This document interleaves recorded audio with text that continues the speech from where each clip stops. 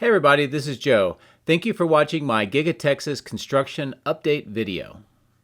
Making these videos takes me a lot of time and energy, and it is through generous support that I am able to continue to do so. A special thank you to my Patreon supporters for your continued encouragement and support.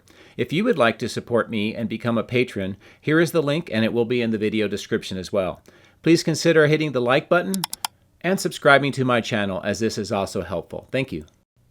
Well, today after I finished filming, I realized I lost some of my footage, but I do have a lot of photos. So instead, I'm going to use a little bit of a longer introduction and overview of where we visited with the drone today, use some of the photos, talk about some information, and then we'll get to the video. So hopefully this will be a good overview for today. The weather was actually not too bad. The winds were a little bit gusty, but the temperatures were outstanding. The visibility was great, so a good day to fly around Giga Texas. Starting on the west side, on the opposite side of the highway, we see that clearing area. It continues to be developed.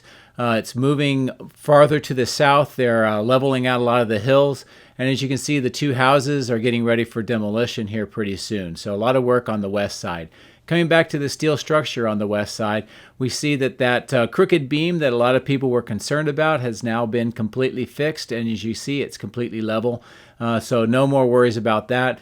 The two buildings are actually joining together on the north, as you can see with the two arrows. And the bottom right, I'm showing you where that beam is. Going down farther to the southwest, we see a lot of the prefabricated concrete has been used to put up walls on the concrete structure around the stamping machine, and we'll see that there's some on the east and west side as well. Looking at this area, going back to the idea of the central road a little bit, this area just continues to be a little different than most. There's no footings. They have expanded some footings on the west side, and it looks like they're really preparing for that central road kind of area. Going farther to the south, we see that they're continuing to fill in that area to make it level, and they were doing some work on the electrical today. Moving to the stamping machine structure itself, we see that they have two more areas on the concrete roof prepared for concrete, and as you can see in the lower left, about half of that has been concreted so far. Also, we see that the buildings have joined completely across in the north, and more of the structure walls are being put on the west. In the south, we see that they're putting some strengthening beams across the columns as shown in the arrows. And we also see the eastern wall being added, and that one area is where the fire water line loop is being added as well. Going over to the east side, we see where the robotic machines have been stored. We have this trailer here. It's Comau, and that is a company that provides some of the support for industrial automation. And they do engineering solutions, of course, automation, enabling technologies, and digital manufacturing. They've been in business for about 45 years, and they're a global country, so they've been around many factories, and I think they have previous experience with Tesla as well. So here's a link if you want to get some more information about this particular company. Going further to the east, we see that this area where the contractor trailers have been moved continues to grow. They have more materials being stockpiled as well, and as you see in the bottom right, some more of these large rolls of material as well. Moving back to the north, in the area just south of the old plant building, in addition to the leveling of the land, they are putting together these racks, and it really does look like racks for a switch yard, but we'll look at that one more time to be sure. Coming over to the east side contractor area again, we've noticed that one of the contractors is Polk.